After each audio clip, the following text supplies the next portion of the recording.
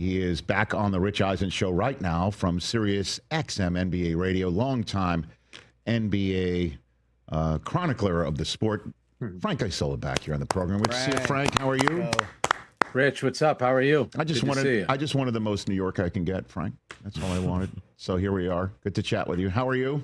Good to see you. Good. I like the story about John Halliburton. I feel he can't be on the court, only in the suite. To quote Tony Soprano's mom, "Oh, poor you, only in the suite." Oh, too bad. I'll tell you what. If I'm him, if he wants to confront somebody, go after like Tyler Kolek after the game. Leave like guys like Giannis Antetokounmpo alone. Go after like the smaller guys instead of the big guys. He served his time, right? Now his son is 2 wins away from the NBA Finals, and it looked like he was going to be 3, but the Knicks just did it again, which is come back from 20 down. What do you think the Knicks did in Game 3 that is something they can replicate to try and make it to the NBA Finals after all? Frank. Yeah, well, Karl-Anthony Towns is making $50 million a year, so it's not like you're expecting him to score 20 points in a fourth quarter, but he's certainly more than capable of scoring 4 points in the first 3 quarters. So I think that'll be a big part of it. I think, with Jalen Brunson being in foul trouble, the Knicks defensively were a lot better in that fourth quarter. And then when Jalen came in, he does what he usually does, and he hit a big shot with the score tied at 98. I would expect a lot more out of Indiana. We saw it twice with Boston. They go up by 20 at home. Look at how they perform once they got that lead. They let their foot off the gas. I felt that was true of Indiana. I thought their offense was terrible in that fourth quarter. They scored 20. They scored as many as Karl-Anthony Towns did.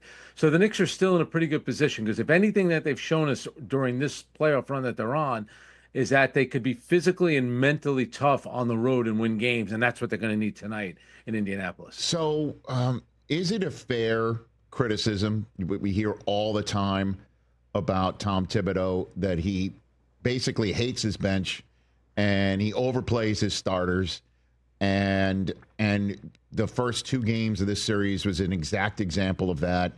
And Brunson sitting in Game 3 for as long as he did basically showed that if the Knicks actually get some help from the bench, they can win this thing. Is this a fair criticism of Thibodeau, Frank? I don't think it is from this standpoint. Number one, every game takes on a life of its own, so everything's going to be different. And, they were up 9 with 58 seconds to go in Game 1. At that point, I don't think anybody's saying, you know what, they probably could have used their bench a lot more in this game. That was a freak show. Indiana needed 20 things to go right in the final 5 minutes of that game to even have a chance to tie, and 20 things went right. So Game 1 is a freak show, just like Game 2 was for the Knicks against Boston, just like Game 2 was for the Cleveland Cavaliers and the Indiana Pacers. And I think if you look at the last game, he went to the bench because guys were in foul trouble. But, Deuce McBride is going to play a lot in this game with Mitchell Robinson starting, or Game 3, I should say. Josh Hart, still played over 30 minutes. And even last night, you look at, Oklahoma City, they essentially played 7-8 guys. Same thing with Minnesota. So everyone likes to get to a point where they want to play their best players all the time. And, the one thing about the Knicks, and this is really true, I understand Aaron Nesmith is hurt, but the one thing about these Final Four teams is that they've all been able to stay relatively healthy. And it just goes to show you, Rich, that there's no one way of doing it. Not one way is right and another way is wrong. Cleveland spent the entire season managing minutes, developing their bench. What happened in the playoffs? Their guys got hurt. Their bench, when they needed them, they weren't good enough. So there's no right way to do it. The teams that are doing it the right way are the 4 teams that are left right now in the playoffs. Frank Isola here on the Rich Eisen Show. The free throw merchant. I didn't think I would be hearing that phrase associated with the MVP of the NBA, but we are seeing that right now with SGA in Oklahoma City, which is now up 3-1. Is that a fair criticism of what's going on with the MVP of the NBA? Well, I think as a viewer and from an entertainment standpoint, I'm not sure it's the most pleasing basketball to watch. It was very similar to James Harden, but if you're getting away with it, and I think it's become a much bigger deal, and I give Chris Finch a lot of credit for this. He addressed it after Games 1 and Game 2. Really what he's doing, this going back to the Phil Jackson, Pat Riley days of the Knicks Bulls series. It's gamesmanship. He's just trying to plant a seed in the referee's head not to call it every time Gilgeous-Alexander draws contact. Now, he was second in the league this year in free throw attempts. Giannis was first with over 700, believe it or not. My biggest issue, though, the way the game is played today, it's not just Shai Gilgeous-Alexander, it's Jason Tatum, Karl-Anthony Towns, Jalen Brunson, all the top players in the league. If ever there's contact at the rim and they miss a shot, they all have their arms extended looking at the ref saying, where's the foul? It seems like it not only happens with the superstars, happens with the next tier of players, the next all the way down to just the role players and the bench players, but Shai can get away with it. I think in the long run, it could hurt Oklahoma City because I think it's been so much talk about it that I think the referees are only human. And I think after a while, they're thinking, I can't call it every time, but he's good at drawing contact, just like Jalen Brunson is good with drawing contact and playing through the contact. Yeah, I mean, I saw a video, I think it was shared in our text group, gents, right? Was it a high school kid driving the lane? And as the kid was driving, you saw this, Frank, right? As the kid's driving the lane in high school, he's making the body movements that you see so many pros make, that he's being fouled as he's driving, and he wasn't really touched. We're seeing it at the lowest, or the lower rungs, if you will, of the sport right now. And I don't know if it's fair to associate that with SGA, but sometimes you're just seeing fouls get called, and he's not even being touched. You're seeing that right now. And that's why, if you came up with some kind of penalty for something like that, where the referees feel like you're a flop, I know you can get a technical. I don't want the guy to get a technical and then get kicked out of the game, but it's almost something as egregious as that, and you're really trying to deceive the officials. Maybe you give the other team a free throw. Now, I understand we could get into the whole thing of too many replay reviews, and there's far too many right now. But I do think like something's got to be done. But if I'm Shai Gilgeous-Alexander, right now I feel like I'm winning because I won the MVP. My team won 68 games during the regular season. I'm up 3-1 in the playoffs. I'm one win away from getting to a final. So I think for him, he probably wants everyone to talk about it. And if they make it to the finals, whether or not it's Rick Carlisle or Tom Thibodeau coaching in the finals, at some point it's going to come up. It'll come up in the lead up to it. And after one game, if they feel like he's getting away with a lot of calls, that'll become something that they'll want to, we've seen it before with Larry Brown, Pat Riley, Phil Jackson, where they start working the league, the officials, through the media. Yeah, I mean, let's be fair and balanced, though, Frank, right? 49-10. Was Shai Gilgeous-Alexander's line in Game 4. 40 points, 9 rebounds, 10 assists. And then if he and Jalen Williams combine for 74, good night, right? Like, who's going to beat him? Nobody. That's the end of that. It's a great Chet Holmgren doing his stuff, their perimeter defense, Alex Caruso, Hartenstein. My goodness. Like, they are the best team in the NBA when it comes down to it. Those three players you mentioned, they combined for 95 points, I think it was. And I think Anthony Edwards and Julius Randle are happy. They'd rather have you talk about SGA and being a foul merchant as opposed to the two of them.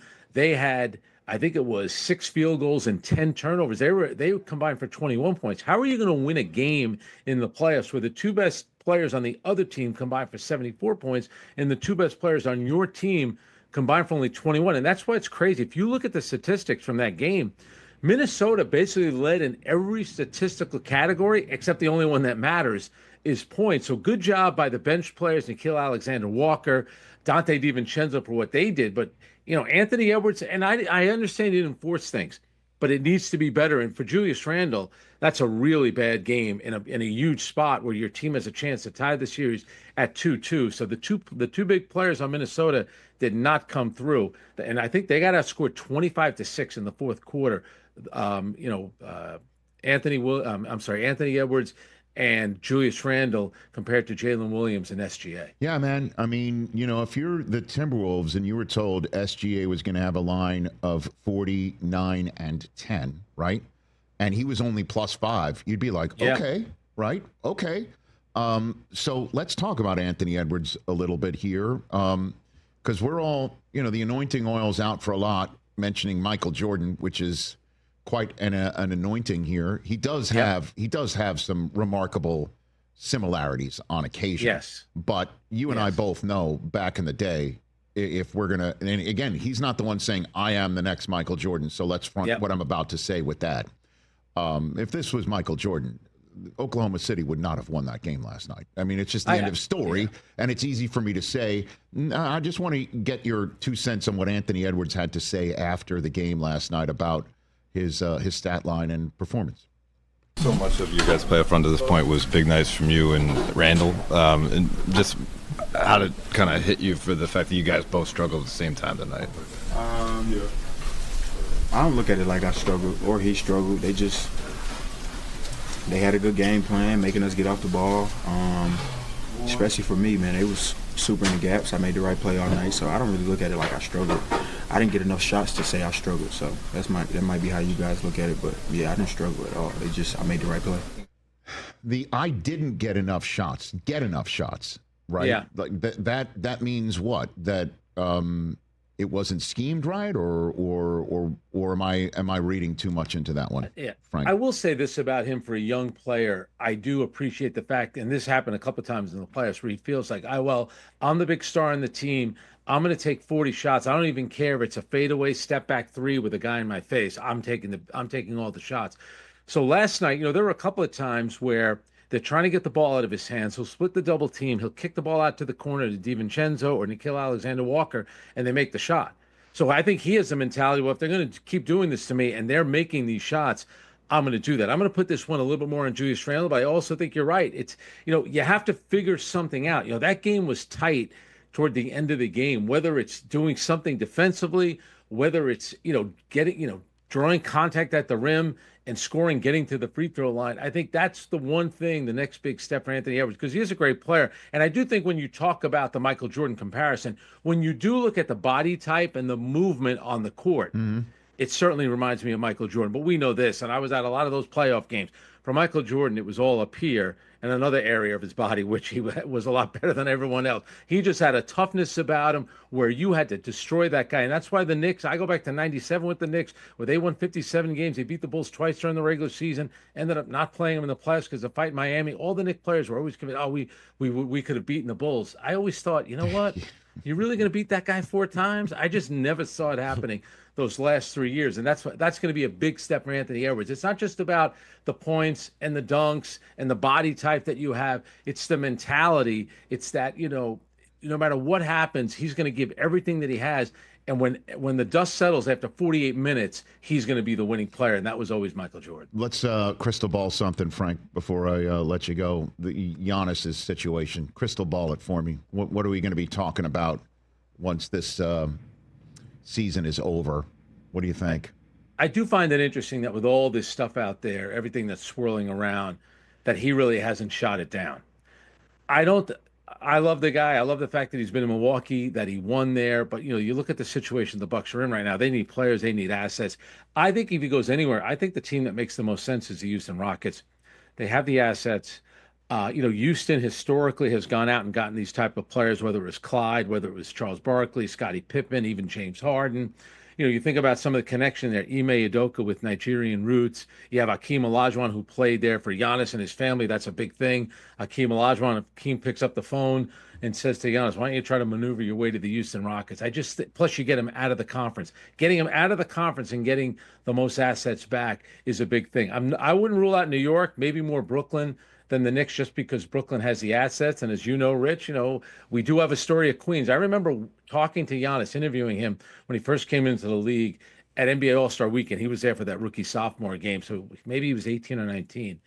And I said, have you ever heard of a story of Queens? And he looked at me like, of course, I'm from Greece. Everyone's heard of a story of Queens. For people who don't know, I mean, that's one of the largest Greek communities in the U.S., so I think that would be a big deal to him. But if I'm betting right now, I put 51% he stays with Milwaukee. I'll put 45% that he ends up with Houston, and whatever the rest would be, I'll put that on one of the New York teams. Before I let you go, Frank, do want to ask you about a long-time run for Around the Horn on ESPN that came to an end last week. How many of those shows did you do? Did you have a number? How many? I ended up doing 905, but that does not include filling in as a host. So I would think I might have made it to like 9:30. It used to be funny. Everyone would ask me about winning. Yeah. You didn't get paid extra if you won. I never cared. I said, I want to be like the lefty middle reliever out of the bullpen. I only care about appearances. What do I care? What do I care if I would? Most of the time, I didn't have anything good to say at the end. If I did have something, there were times when I wanted to win. But the wins weren't the big thing. For me, it was the appearances. And when I first started, it was funny. In 2012, I'm at the Olympics in London. I'm sitting next to Bob Ryan. It's his last full-time assignment for the Boston Globe, was covering the gold medal game between the U.S. and Spain in basketball. I got to sit next to him a year later. I'm doing the show with him. So that was really cool. It was a lot of fun to do that show, when everyone's busting chops. It was great. Now I got to look for a new gig. Maybe I'll join you. You and I grew up as Jet fans, so maybe we got a connection. Yeah, You're sure. Staten Island. Tony Reale was Staten Island. Maybe That's it's right, only natural. Absolutely. You got a good moment, your favorite moment in the history of the show involving you, Frank? You got a good moment? Anything? I mean, they did let me bring my dog on once, which I think was pretty cool. I kind of like the time when I went off on all the people that ride bikes in New York City, the electronic bikes and the scooters, and they ride on the sidewalk. They ride the wrong way. In fact, somebody just got hit the other day. It's crazy.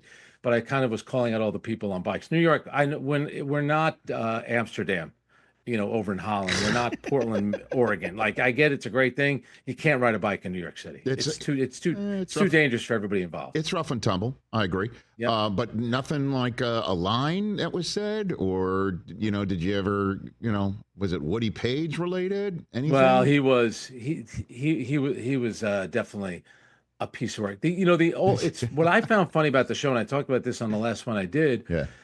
I think that they brought me on to be the obnoxious New Yorker, which, as you know, Rich, I'm not. I know. And it was funny that I was kind of everyone thought I would be busting chops, and I did it a lot. But most of it, I got most of the abuse on the show, and a lot of it came from the host, but a lot of it came from the women on the show, whether it was Jackie McMullen, Mina Kimes, all these women were the ones crushing me nonstop. And everyone would always say, man, so-and-so doesn't like you.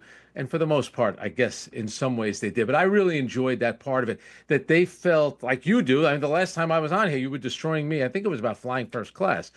I think that, to me, I took that from them as a little love tap. That's all it was. Of course, that's all it is, Frank. Yeah. Thanks for the time. We'll have you back on when the NBA Finals hits, if you're up for it. Yeah, Always. I'll be around. Thanks, Rich, pal. Thanks a lot, and congrats. Thanks, pal. Talk to you. That's Frank Take Isola, care. everybody, right here. Starting lineup, SiriusXM NBA Radio. Catch the Rich Eisen Show live weekdays from 12 to 3 p.m. Eastern on Roku Sports Channel in the U.S.